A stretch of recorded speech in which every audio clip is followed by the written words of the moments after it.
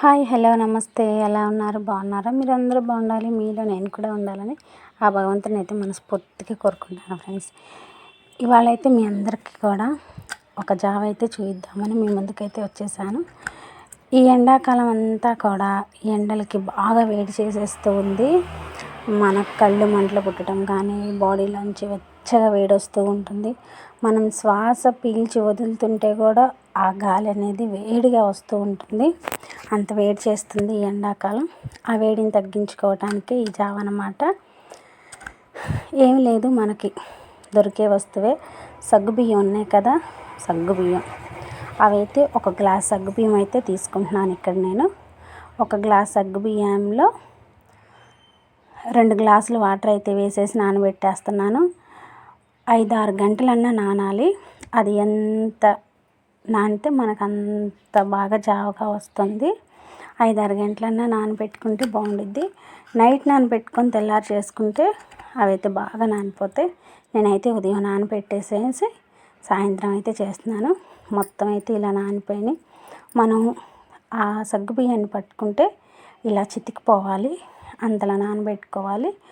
అలా నానబెట్టుకుంటే బాగా జావలాగా కరిగిపోతుంది అన్నమాట. మనం ఈ విధంగా నానబెట్టేసుకున్న తర్వాత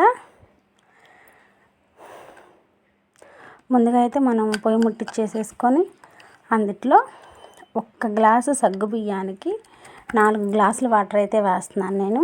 1 గ్లాసు సగ్గుబియ్యానికి 4 గ్లాసులు వాటర్ అయితే పోసేసి పెట్టేశాను. మూత పెట్టేస్తాను. 5 నిమిషాలకైతే బాగా మరగనివ్వాలి వాటర్ బాగా మరిగేటప్పుడు మనం ఈ సగ్గుబియ్యం అయితే వేసుకోవాలి. మనం వాటర్ మరిగించేటప్పుడు మంట హై ఫ్లేమ్లో పెట్టుకోవాలి. మనం ఈ సగ్గుబియ్యం వేసాక మంట అయితే తగ్గించుకోవాలి. అలా హైలో కాదు, అలా సిమ్లో కాదు, మధ్యలో మీడియంలో పెట్టుకొని నిదానంగా ఉడికించుకోవాలి. ఎందుకంటే మనకు సగ్గుబియ్యం వేసిన తర్వాత పొంగు వస్తూ ఉంటుంది. ఆ పొంగది రాకుండా దగ్గరుండి నిదానంగా తిప్పుకుంటూ ఉండాలి. మనం ఆల్రెడీ నానబెట్టాం కాబట్టి ఎక్కువసేపు అయితే పట్టదు ఉడకడానికి, త్వరగానే ఉడికిపోతుంది మనకి ఈ సగ్గుబియ్యము.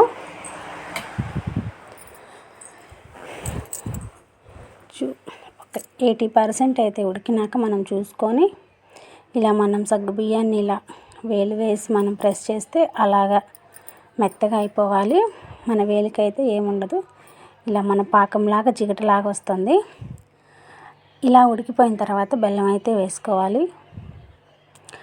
బెల్లం వేసుకున్నాక ఇంకా మనం మంటనైతే తగ్గించుకోవాలి. ఇంకా సిమ్లో పెట్టుకోవాలి. సిమ్లో పెట్టుకొని బాగా ఉడికించుకోవాలి. ఇందులో నేను బెల్లం మాత్రమే వేస్తున్నాను, పంచదార వేయట్లేదు. ఎందుకంటే బెల్లంకే మనకు వేడి తగ్గుతుంది, పంచదారకి వేడి తగ్గదు. పంచదారకి ఇంకా మనకు వేడి ఎక్కువ అవుతుంది. అందుకని నేను ఓన్లీ బెల్లం మాత్రమే వేస్తున్నాను. బెల్లం వేసి అయితే చేస్తున్నాను. మన సగ్గుబియ్యం జావ అయితే అయిపోయింది. ఇప్పుడైతే ఒక్కసారి టేస్ట్ చూద్దాం. ఇదైతే అన్నిట్లా కాదు, బాగా వేడిగా ఉంటుంది. చాలాసేపటి వాటికి ఆ వేడి అయితే చల్లారదు. మనం నిదానంగా అది చల్లారించుకొని తినాలి, లేకపోతే నోరంతా అంటుకుపోతుంది. ఇలాంటివి చేసి పెట్టుకొని తాగుతుంటే హెల్త్కి అయితే చాలా మంచిది, వేడి తగ్గిస్తుంది. లేడీస్కి కూడా చాలా మంచిది. ఈ పీరియడ్స్ టైంలో చాలా ఉపయోగపడుతుంది. అప్పుడైతే ఎక్కువగా వేడి చేస్తుంది కదా, దాన్ని కూడా బాగా తగ్గిస్తుంది. నచ్చితే ఒక లైక్ చేయండి, షేర్ చేయండి, సబ్స్క్రైబ్ చేసుకోండి, మన ఛానల్ని ఫాలో కొట్టండి అబ్బా ప్లీజ్.